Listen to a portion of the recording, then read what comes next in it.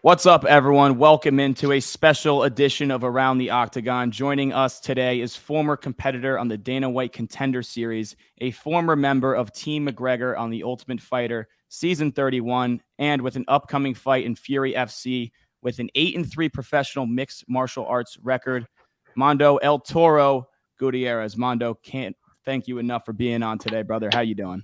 I'm doing great, guys. How you guys doing? Doing good. Doing well, brother. All right, let's get into it. Let's start with your background. Where are you from? What got you into fighting? What are your motivations and goals in mixed martial arts? So basically, I got into fighting. I'm originally born and raised in Chicago, Illinois. I wrestled my whole life pretty much. So it's like when you wrestle your whole life, you're almost like militarized. You know, it's like it's the only lifestyle you know. So to me, it was wake up, go to school, train all day, and come home, eat, sleep, and that was every day. So I've always thrived with that routine, and I've always needed it. So I feel like after my college career didn't go the way I wanted it to, I was still hungry for more. So I tried other things, and nothing was really like appealing to me. So naturally, I was just like, well, I got a shit ton of wrestling experience, and I wrestled my entire life and have absolutely nothing to show for it. So might as well make some money doing it, you know? So, I mean, all this is wrestling with punches, or at least that's what I thought at the time when I first got started. Yeah. So when I first got started, that's what I was thinking. And I mean, I kind of just hopped into it. And, you know, I said the same thing as everybody else at the time. I was like, shit, you know, I'm going to go to the UFC. I'm going to do this. I'm going to do that. But I mean, it's not that I didn't believe it, but it's that it seems so far-fetched. But it's like, of course, I'm gonna set my standard that high, you know. But crazy to find out, like it's right there, you know. Like all of this has been coming, like it's been getting realer and realer, and I'm still here and I'm still doing this. And now I feel like I owe it to myself to see this thing all the way through. I have to. Absolutely. Yeah, absolutely. So outside of fighting, what do you get into? Hobbies, anything going on, or is it just strictly mental? Long story short, bro, I'm gonna say this in the most humble way I could possibly say it. I could probably tell you what I don't do faster than what I do. I don't know. If it involves using my hands, that's what I'm all about, bro. Like I'm into art. I'm into like I love music. I don't write music. I don't sing or anything, but I love listening to music. But I'm all about like street culture, if you will. I love graffiti. I love tattooing. I love woodworking. I love drawing. I love painting. I love barbering. I'm a barber, of course, as you can tell by my barbershop. I mean, I did that right there, that behind me. Like, yeah, that's clean. Just a bunch of random art pieces and stuff like that. I mean, I just love using my hands to do stuff. I mean, I like working outside. I don't know, just hanging out with my family though. Other than that, other than the artistic twist, I'm a really simple guy, and I just like hanging out with my fam, chilling. I like, you know, being in Mexico, living a super simple life. Like if it was up to me, I wouldn't even fucking be here, dude. I'd just be in Mexico chilling, doing a whole bunch of nothing. So circling back to you being a barber and whatnot, so were you a little bit nervous while lining up Conor? I feel like I had to ask that one. No, I wasn't nervous, but the thing about it was the night before my weigh-in. So the next morning I had to wake up and cut weight and weigh in for the biggest fight of my career. So I was like super dehydrated, super tired, like depleted. Like I hadn't ate all day. I hadn't drank any water in the last like 8 hours. And then you got Conor's ass moving around everywhere, like right, like not. I mean, it's not his fault. I mean, yeah, he's jumpy and stuff, you know, like he's really sporadic and he's kind of crazy. But it's like nobody leaves him alone ever. Like, yeah. My job as a barber is to give everybody the same experience. Everybody comes to like the barbershop to chill, bro. Like, you know, like get away from reality, like detach for a little bit and just chill. And for those 45 minutes that you're getting your hair cut, you're just cooling. He doesn't get that. He got it from me. Like I was talking to him like a normal dude, and that's why he fucked with me. But the thing is, by the way, can I cuss on here? I'm just like, yeah, absolutely, yeah. All right, I was just making sure. Cool. But yeah, I was. That would have been all bad. That would have been getting bleeped out a bunch. But yeah, so like, but everybody around him is like, oh, Conor this, Conor that, and he's just looking around like this. So I was just like sticking and moving with the Clippers, but it was cool. I mean, I've done this my whole life, bro. I'm not worried about it. Yeah, so you have a big fight coming up on July 21st. So to start off, for those listening, how can we tune in to watch that fight? It's gonna be on UFC Fight Pass. It's for Fury FC, which is like the main developmental organization for the UFC. So it's pretty much a UFC fight without the paycheck. So it's a big deal. I'm fighting a big top prospect, and it's a scary matchup for a lot of people. But that's why I like this fight so much. I think it just excites me. I like fighting tough fights. I like being the underdog, and I don't really care, man. I just go out there and I swing with whoever. Like, that's the point, Life's short. Might as well do it. So I think it'll be a sweet fight for me.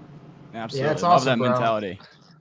And so when does the game planning process start with your fights? Like, how do you and your team game plan for fights? And when does that process really start kicking in once you have an opponent? So there's a lot that goes into just getting a fight in the first place. Like, so for example, back in November, like right after the Ultimate Fighter, I fought and I got really injured, really bad. And they were talking about I could have went paralyzed. They were talking about like I might never fight again. And so I went down to Mexico and got some stem cells, and I got released from my contract for a 1-fight deal after that, just so I could test the waters and get back to myself. So they let me fight here at home in Michigan, where I built my career. And it was a cool little homecoming, but I didn't leave satisfied, just because fighting at home is great and all, but like it's not the highest of levels, So I went out there, I fought, and I beat the piss out of the guy, but like I was ready to go again. So that put me at 9-3. I'm in a good spot, but one more win will put me at double digits, and it'll put me at 10-3, and I'll be looking real good. So now, it's location, it's league, it's opponent, and it's date. Those 4 things are the 4 pillars of a fight. And I was like, I have to fight soon. And nothing was coming soon. They were like, all we got is this day. Okay, cool, whatever, fine. Next. Let's start getting ready. We got 9 weeks. Started getting ready like I already had a fight. Then next thing you know, at 8 weeks, the name comes to my table, like comes across my desk, and I'm like, cool, let's do it. I watched him one time, and I knew that I was cool with that fight. And plus, he beat one of my teammates, so it's cool to take that fight. Yeah. 100%. So once you have that opponent, how does your daily life change? I guess it changed before you found that opponent, but from inside of camp to outside of camp, how does your training regimen and whatnot change? I mean, my training regimen is the same. I train. It's a part of my lifestyle, man. I gotta train like this every day. I train hard. A big part of my life lately has been learning how to listen to my body and knowing when to take the time off or knowing when to dial it back. But I have to be on the go. Like a rest day to me does not feel good. It does not feel good for my body. So I'm always training hard. But when I have the name, I almost become like obsessed with everything being perfect. Nothing changes on my end. Like I don't cater what I do for another opponent, but I do cater it for myself to be prepared as prepared as possible for a fight. And everything is super tedious, super perfect. Every day that goes by is like a fight, and I have to win every single day. And by the time the fight comes around, I'm already 50-0. All I got to do is win one more, and that's a big definitely finale. So, fighting Sean Mora, he's an Olympic wrestler from Cuba, super tough guy, good ass grappler. Not really so much on the feet, but he makes it. It's no secret. He's gonna go out there and he's gonna try to take me down right away and sniff my crotch the entire time. So I gotta go out there and make it interesting because I don't like boring fights. So one way or another, I'm gonna go out there and I'm gonna hurt him and I'm gonna make it very unpleasant for him. That's the goal. So the good thing about it is I know exactly what he's gonna do. So I just brought in partners that mimic what he does a lot, and just go from there. Training is the same. I just gotta just continue with the repetitions of exactly what I'm gonna do. Yeah, I love that, bro. So going a little bit further down the line, heading towards like the weight cutting process, can you run us through that a little bit? Like when does it start and how does your schedule change from before/after a weight cut compared to when you're in one? So I mean, a proper fight camp is 8 weeks. I typically don't like that because I'm an all in and all out type of guy. Like I'm either 100% checked into a fight or I don't have a fight. That's it. The second that I get a name, it's over with. Like in my mind, I'm 100. All systems go. Like no stone unturned, nothing. Diet is on point. Cardio is on point. Everything I do is to beat this person. So I think for me, the biggest change between a weight cut and not weight cut is just that the water aspect, like the water intake makes a big difference. Like you're just chugging water all day because water displacement plays a big role towards the end. So it really pays dividends to start bringing that in around a week out. The diet gets super strict around 4 weeks out. And then the last week, obviously the week of the fight, that's when you cut out all the salt, you cut out all the carbs, you cut out everything, and you pretty much switch over to a ketogenic type of diet. So for those who don't know, that's just like you eat all fat and protein, and your body doesn't hold on to as much water that way. So you lose water way faster, and it makes it way smoother of a weight cut. But the problem is when your body's switching over, it also becomes really weak and it's really susceptible to injury. So you have to be really careful on fight week that you're not getting hit, that you're not doing anything too strenuous, so you don't mess yourself up. So you think your wrestling background and wrestling your whole life definitely helped prepare you for these weight cuts and all that? Oh, absolutely. I was doing this like a pro from day one, and I think that's the biggest difference.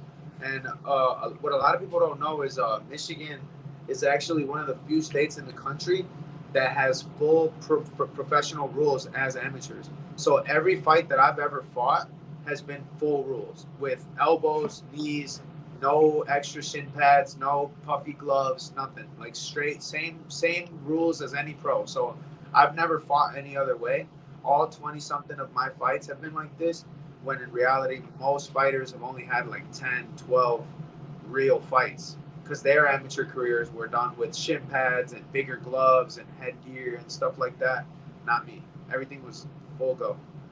Yeah, Dan, that's something I definitely did not know myself. And kind of circling back to that weight cut thing, I was going to ask, I mean, I'm a former wrestler, and I was just curious. So do those former wrestling weight cuts, are those comparable at all to what you have to do now, or is it just night and day? I think back then I was like most wrestlers, like you reinforce bad habits from an early age because you don't know any better. You know, you just do what you see, you do what you hear, you do what you hear people brag about, like things that people think is so tough and cool. When in reality, like that's the most bonehead way to cut weight there is. You know, if you get a proper nutrition and water displacement, that water will come right out of you. But I didn't know that, so at the time I was like spitting in cups, sleeping in sweatpants, and like doing everything the dumbass way. And now everything's a system. Like when I make weight, I'm good. Most people are all mopey and sad. Like I when I'm cutting weight, I throw a party. Like all my people come with me. We go hit the Lifetime up. You know, we go to the bougiest gym there is. Fucking run like nice as long as I can go. Probably like 30, 45 minutes with the sauna suit on. Go hit the sauna, talk shit, joke around, fuck around, whatever. And then I'm done. And then that's it. And then I wake up in the morning, I weigh in, and I'm good. And then I can eat all day, do everything. But honestly, the last couple fights, I've had it down to such a good system since I've been working with Conor McGregor's nutritionist, Tristan Kennedy, that I got it down to such a good system that I could literally fight that day. I feel awesome. great. I feel great. I'm like, it feels good to me. Damn, that's a great mentality to have. Yeah. Can you talk about your emotions on fight day and when you step into the octagon? Like I grew up playing football, I played through college, and I like to start on offense so I can get hit and get those nerves out of the way. It was like that first hit, you know, and you're like, all right, I'm ready to go. Do you feel like it's similar for you? Like when you get hit, like those nerves kind of go away, or do you not get nervous at all? This is gonna sound like a total lie, but I do not get nervous at all on fight day. I'm the opposite of most people. If most fighters tell you that, it is a fucking lie.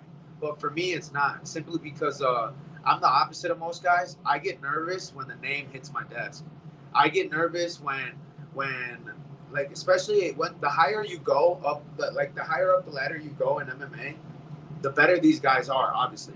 And the more tape there is on them, the more everything there is. So imagine this: you get a name, you get offered a guy, you you search up, oh, Sean Mora. First thing that pops up, Olympic wrestler. Next thing, Pan American gold, Pan American gold medal. The next thing that pops up, you know, boxing national champion. and you just watch him go out there and just wrestle fuck all these guys and just beat the shit out of them, you know? And it's one way. So I get nervous then. But then I remember every day that goes by and I'm winning everything I do. Like I said, every day is a fight. I'm winning to the point where by the time the fight comes around, I've won that fight so many times already, bro. There's nothing that can really scare me, you know? Absolutely. But I know guys that are in the back shitting their pants, dude. And I'm over there taking a nap. No joke. Like, I show up. I don't want to get hyped up too early because you don't want to have too much emotions. And like an emotional fighter is a bad fighter. You're gonna like it poses a threat for you more than anything. So I try to always maintain calm and just be in the back and just know what my objective is and do what I gotta do. So I go back there, I take a nap, I wake up like 45 minutes before, do a little lap around the arena, start getting used to the sound when all the other fights are going on, get my hands wrapped, punch a little bit, and get ready to go. Seems to me like you feel that way because you prepare so well and you put so much time into your preparation. Definitely. I mean, one of my favorite quotes is, when you fail to perform, you fall to your level of preparation. So I always go into every fight with the utmost confidence that no matter what, even if it's my worst fucking day on earth, like, I can at the very least perform to the level of what I came ready for. I love that, man. Let's transition to your experience on The Ultimate Fighter. What was it like living in that house with all these dudes that are all professional fighters? You know, there had to be some scraps. Were there not? There was some disagreements, but I wouldn't say that there was any scraps. It was actually one of the chiller seasons just because it was prospects versus vets. So the standard was higher. So the standard was higher. All the prospects that they picked to go against these seasoned vets that have been in the UFC before, they picked the cream of the crop outside of the UFC. They picked some of the best guys possible that were really treating this like a job, you know, like, this is professional. They were serious. Everybody was there on their shit, on their grind, and it was cool. I met some of the coolest people ever on that show, man. It's a memory that'll last a lifetime. I mean, I got it tattooed on me right there. Oh man, let's go. Yeah, like, That's tough. I love it. I got all my Ultimate Fighter stuff right there. Like, everybody signed on that. I got the Conor picture right back there. Like, it's one of the best experiences of my entire life. Obviously, taking apart the side that, like, I can't talk to my family. I'm completely detached from the real world. Other than that, everything was fucking gravy. Like, they literally ask you, what do you need? And the next day, it's there. Whatever you ask for, anything, for free. Damn. Anything. Like that, yeah. Who would you say that you bonded with the most or learned from the most, like amongst your peers? Obviously, you probably learned the most from Conor, but amongst your peers. Amongst my peers, I would probably have to say, random take, I'd probably have to say my boy Landon. Landon was a 155er on the show. Yeah. That dude's a southpaw, but he's so good. And I mean, people got to see it right afterwards because he got signed to the UFC right after the show. He's a super crafty southpaw. So not only was I learning from Conor, I was also learning from Landon and getting to learn a lot of cool shit from him. But on the vet side, like, technique wise, that's who I learned the most from. But lifestyle wise, I'd probably have to say I learned the most from Kurt Hollabaugh. Yeah, I like Kurt. Dude, he's the most wholesome dude on earth. Like, literally, like, you just talk to him and you feel better. Like, you're everything. Like, I can't explain it to you. No joke. It's a great way to put it. Bro, I'm cutting weight in the sauna. I think it's just because he reminds me. He's a lot like me. Like, he's a super simple dude. He's like from the boonies, like the middle of fucking nowhere. And I'm from Mexico, where, like, there's only been, like, I mean, people still take baths in a river. You know what I'm saying? Like, yeah. It's a totally different way of life, and that's what he's used to. So we kind of bonded on that a little bit, and like our upbringings and like our morals and stuff like that. But like, oh yeah, the story. So I'm in the sauna cutting weight, and I'm just hating my life, dude. I'm in there just pouring water on these rocks, like head down, like, damn, this sucks, by myself. And then he just comes in and he's like, "You in the hot box? How long you been in there? Can I come in?" I'm like, "Yeah, bro, let's go." And he just comes in, and then he just sits there. Didn't even say a word, just sat there. And I was like happy as fuck just because he was there.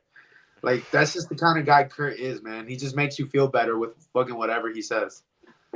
That's cool shit, bro. Yeah. What would you say was the best piece of advice that you received from Conor? during the show? Hey, it's actually a quote, man. He gave me a quote that's gonna run with me forever, and it was probably like he probably doesn't even care about it. Like he probably doesn't even remember saying this because he said some shit where he was trying to be deep, right? Like there was some shit where he was trying to be deep and trying to resonate with me and with the guys. But one time he was like, there's two types of fighters in this world. There's pacers and there's racers. He's like, you need to go out there and fucking put it on his shit right away. I'm like, oh yeah, that's fucking dope, dude. Like to me, I was like, let's fucking go, bro. Like I don't know why that shit sounded so cool to me. There's pacers and there's racers. I'm gonna He's use like, that too. I like that. You know what I'm saying? Pace yourself for what? He's like, because I don't know. Like, and then it went. What I like about it is that it went perfectly with my main motto in MMA. Like my number one thing is cardio comes from comfort, right? So in my idea of cardio is simple. It doesn't mean how in shape you are. It doesn't mean anything but this. All I got to do is go one step longer than you, and then I'm done. So it's really just about how much balls you have, because I just got to go longer than you. That's all I got to do. So when he told me that, I was like, fuck yeah. Why would I pace myself? All I got to do is go longer than this guy by one move longer than him, and he quits, and I'm good. I'm done. There you go. So I've always thought about it like that way, but that kind of like really was the nail in the coffin. I was just like, fuck yeah. But aside from that, the day that they picked me as the number one pick, we were walking out the building, and I was hoping the cameras were rolling. Right after he told me, I looked around to see if there was cameras, but there wasn't, unfortunately. But it's a cool moment that I'm going to remember forever. He's like, dude, I really see gold in your future. And I was like, fuck, this is dope, bro. Like, Nice. I did not, like, that shit was sweet, man. From the double champ, dude. Oh, it's got to be a great feeling.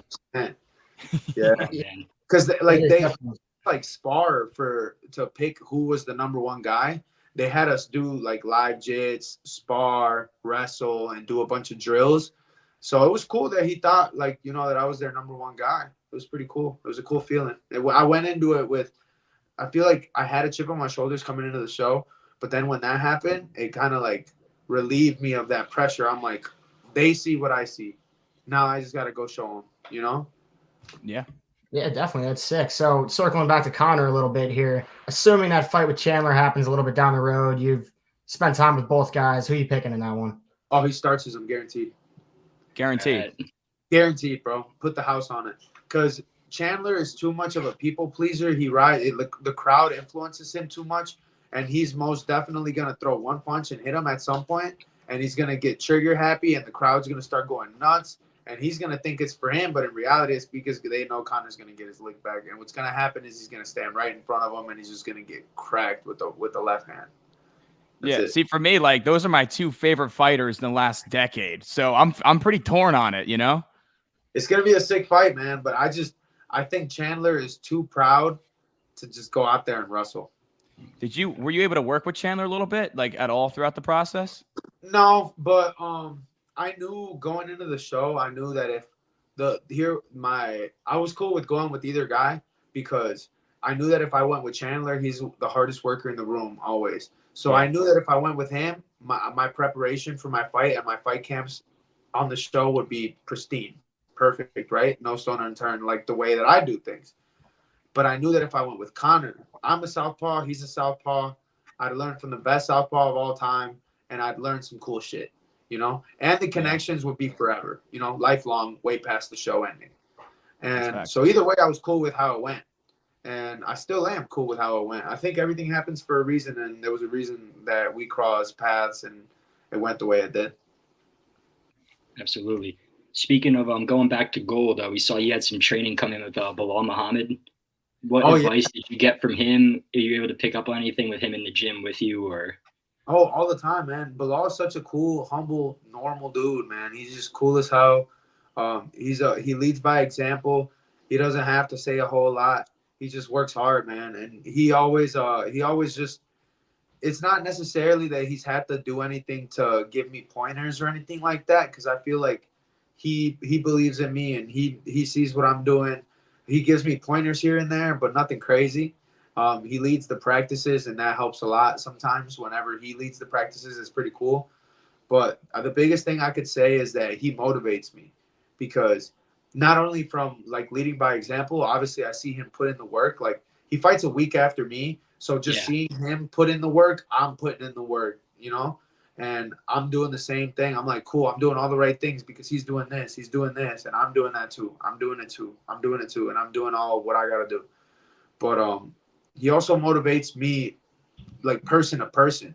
Like, he recognizes what I'm doing. Like, when we're drilling, he'll be like, oh, that's good. Or like, he'll just say anything, to acknowledge what I'm doing. And I think that's pretty cool, man. Because a lot of guys that are at that level, they don't even train with their guys anymore. They set up their own practice like earlier in the day or do their own thing. But he's in the trenches every day with his entire team. Yeah, that's awesome. And then he's had a long time coming for a title shot, and he's finally getting it. How do you see that playing out in 2 weeks? I think it's gonna be a tough fight, man. Regardless, you're going into a hostile territory. You're going against a guy that surprised a lot of people, especially in the wrestling department, against Kamaru. But I do think he will get it done.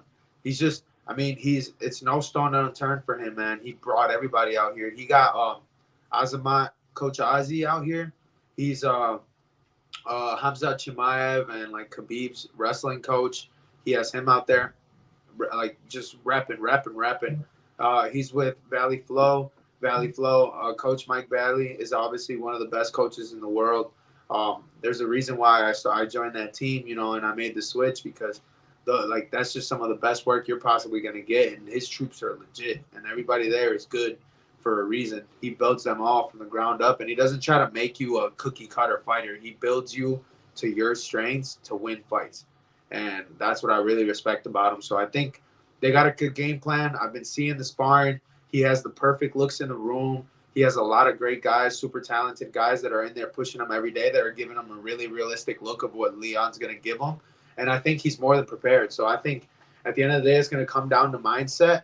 And I've seen multiple times where Leon's been ready to like quit and barely pulls it out of his ass. And Belal isn't like that. Belal is always going to be right there. And I think that's going to make a big difference. Man, excited for that one. No stone left unturned, like you said, it sounds like. I'm way more excited for that fight now. After you it's going to be sick, bro. It's going to be sick. Do you have a dream fight, Mando? Raul Rosas. No, that was my next question. I was gonna be like, what are your thoughts on Rosas, since you fought him in 2022? That's when you want. I need that back. And he's a fucking pussy. And I don't like him. All right. We were good. Everything was cool until he made that fucking shirt. If you don't know what I'm talking about, go to his page, scroll through the shirts that he just dropped, and look for the one of me. I'm the only dude that he hasn't finished, and he fought me on my worst fucking day. And he had a perfect performance on my worst fucking day. So I'm going to remember that forever. I was already salty about it, but we were cool, because everything was cool. Everything's respect. At the end of the day, it's a sport. I don't hold it against you. You did your business. I did mine. I'm not a bitch. I'll take my loss like a man. But when you put a picture of me out there on your T-shirts and you're selling them out here like I'm some type of bitch, bro, I'm going to see you. I'm going to see you somewhere. And whether it's on the street or whether it's in the cage, I'm going to get my lick back. And I promise you I'm going to do it. Like, one way or another, I'm not kidding, bro. Like, that one fires me up. I'm not looking past Sean Mora by any means, but God willing, I go out there, I take care of business, I'm hopping on the mic, and I'm talking hot shit because I need to get on UFC 306. If it's the last thing I do, I'm getting on UFC 306, and if you don't got a dance partner yet, let me be that, because I need that. No, so that leads me to something I was going to ask. With if you do win next week and you get to that double-digit record in wins, do you just keep your phone open 24/7, waiting for that call up? Anyone drops out, ask me to please. Yeah, bro, it's already open. It's open every day. I mean, I've gotten calls so many times, and bro, my girl, like, for example, she's like, don't even tell me about it until there's at least a contract out. Because I'll get so many calls like, hey, get ready. Short notice this week, you might get the call, or hey, you're on the list. You're like one of the 3 guys that they might pick for this fight. I get one of those like once a month, maybe. And it's been happening for like 2 years now. So it's kind of hard to not get my hopes up. But at the same time, I've learned to like be mellow until it really happens. Because there's been a time where I even cut 24 pounds in 24 hours. Whoa. No, 20 pounds in 24 hours. Damn. It was the week after my fight. So granted, it was a little bit easier to do than normal because it was right after my fight. So I had just put all that weight back on. So it came right back off like it was nothing. But it was 20 pounds and it wasn't 24 hours. And it did piss me off that it was the day of the Super Bowl. And I was at a Super Bowl party with my family and I wasn't eating. And then they call me and they're like, yeah, never mind, you can eat, you're good. And I was like, you motherfuckers. Dude. No. I was pissed. No. I was so hurt. That one hurt the worst, bro. That one hurt the worst because I was like, you got to be kidding me. And just to make it worse, it was the day of the Super Bowl and everybody's been eating good all day and I've just been sitting there. I didn't start eating until 4th quarter. Everything was gone. Oh, man. I'm telling you, man, the life of a fighter, bro, it's the stuff that they don't talk about, bro. That's what you don't pay me to fight. I'll fight somebody for free any day of the week. You pay me for all the extra stuff. You pay me to not be at both of my brother's birthday party this weekend in Chicago because I'm gonna be hungry and like sleep deprived. Like you pay me to like not be able to eat food on the Super Bowl. You pay me to not be able to go to like my friend's quinceañera. You know what I'm saying? Like I can't do cool shit. Like I can never do anything. But it is what it is. It's worth it, man. Getting that hand raise is like nothing else. So at the end of the day, it's still worth it regardless. Absolutely. So coming up, we have a big fight with Izzy versus DDP at UFC 305 as well. So what are your thoughts on that fight? Who do you have edging that one out? Dude, I really hope Izzy cleans him up, to be honest. I love Izzy. I think he's the shit. And I don't know, man. I just like, it hurts my eyes watching DDP fight, man. He fights like an injured squirrel. But whatever. Like, I don't know, bro. Something about him, I'm like, dude, there's no way he wins these fights. But like, as a fighter, I understand there is a method to that madness, and the reason it works for him is because the timing is so far off. Like, you're used to elite fighters that are, you know, their timing is on, their sequences are on, and this dude's just doing random shit, and it works because you just don't expect it. Weird angles, weird times, everything about it is weird. But I mean, shit, if it works for him, if it ain't broke, don't fix it, you know? So, cool. My respects to him. He's holding UFC gold for a reason. He's still up there, but yeah. Damn. All right, Mando, if you had a MMA Mount Rushmore, who's on it? MMA Mount Rushmore. Damn, dude. That's a good one. Oh. Gotta have Fedor on it. That's my one guy outside the UFC that has to be on it no matter what, right? Yeah. Fedor for sure. Gotta have Anderson Silva on there. Yep. Gotta have John Jones on there. Yep. And then my last one. That's where it gets tough. My last one gotta be, I'd say DJ or Henry or I like the Henry pick.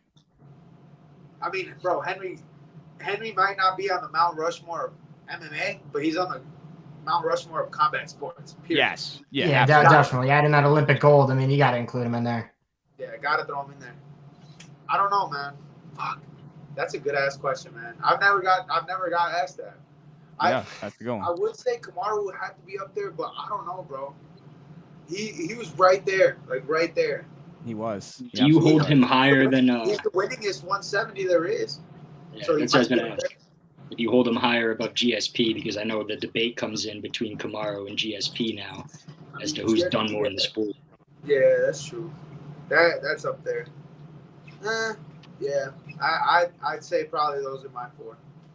I like that you brought up Henry because we were all at UFC 288 in Prudential, which Belal beat Gilbert Burns. Yeah. But that was also the Henry fight where we thought he beat Aljo, but they gave the nod to Aljo. Did you think Henry won that fight? Yeah. It was close, you know, like it was definitely close, but Henry won the fight, but Aljo won the sport. Yeah, makes sense. That makes Yeah. sense. You can't be mad at that, man. If somebody plays the sport card on you, it is what it is, you know? Yeah, Like, absolutely. It is what it is. Like, All right. my fight where I injured my neck, same thing. I was up to 10-8 rounds, and then I got fucked up in the third round because I couldn't move my arms anymore because of my neck. So, shit happens, you know? Like, it's Yeah. like you could be doing everything right, and at the end of the day, it's a fight, you know? So, like, if somebody can pull off the sport card on you, they can do it, but it's not always the case. Awesome. All right, transitioning away from fighting before we wrap up. Your nickname, El Toro. When did that come to be, and how did it stick? I love the nickname. I love this story, actually. So, I obviously wanted a cool nickname. People were trying to give me other ones, so I kind of just like ignored them because like you're not supposed to give yourself a nickname, right? And it came about when it was like my third amateur fight, and I choked the dude out cold, and I was so hyped up about it that I ran dead sprint head first into the cage, all the way across the cage, headbutt the cage, turn around, sprint all the way to the other end, headbutt the cage, forehead starts bleeding. I hop on top of the cage and I'm just hyped. I didn't even know it was bleeding. And they're like, dude, you look like a bull. And like, and then I told my dad, and my dad was like, yeah, pues, like he was like, yeah, como un toro. And I'm like, toro. That's it. Toro. Dude, that's way better of a story than I could have ever imagined. That is right? awesome. Like, dude, I could have never guessed that. So I started doing it every fight. I love that, dude. All right, last one. I win, I headbutt the cage. Got to. Yeah. Full speed. So we're going to see you headbutt the cage in a couple weeks? Oh, yeah, for sure. Hell yeah. Yeah, I'll make sure to be looking out for that. Yeah, This is the first time I've disliked somebody, too, so I'm really trying to go out there and make it must-see TV because I want to full-blown dismantle this guy. I'm trying not to let it cloud my judgment and, you know, still put on a masterful performance, but I definitely don't like the guy. Let's put it that way. Yeah. Hell yeah, dude. Yeah. I'm headbutting him. I'm headbutting the cage. I'm headbutting his coach probably. Anyone can get it. All right, last one before we let you go. You talked about your tattoos earlier. You love doing tattoos. Do you have a favorite? You know, we saw your Ultimate Fighter tattoo. Is there one that has a special meaning to you that's your favorite one? I think one of my favorite ones has to be one on my leg. I don't feel like taking my pants off for you guys. You don't got to do that. But if you look through my Instagram, I got this one. I got it the first day when COVID was done. Like the first day, like the COVID restrictions were gone, that tattoo shops were able to tattoo again. My boy Chris Fox, who's done most of my body, like most of my work, and he actually is the one that motivated me to, you know, start dabbling in tattooing. He had me be his first client, and he drew my pinup girl directly on my body, and she's wearing a sombrero, and it says El Pitayo, which is where I'm from in Mexico, like the name of the town that I'm from in Mexico. So to me, that's just the coolest piece ever. But I think also this whole arm, I'll show you. This one I will show you. My whole entire arm is one huge piece. Oh, wow. Yeah. That's So, badass. So I have it's all Aztec art on a Japanese background. And then down here, I have a couple Japanese pieces like the Namakubi head. And I got a little bit of everything. But that was actually an idea that I had recently. I want to do a tattoo tour video just to show people all the shit I got. Because I got you know? Hell yeah. But I still got a few left up my sleeve. I'm saving my back for when I hit the UFC. I'm guaranteed I'm going to have the best back piece in the entire UFC when I get there. But I'm not going to do it until I get there. Yeah, which you will. That back piece is coming. It's coming. It's inevitable. Yeah, as long as Raul Rosas gives me my rematch, man. Here we go.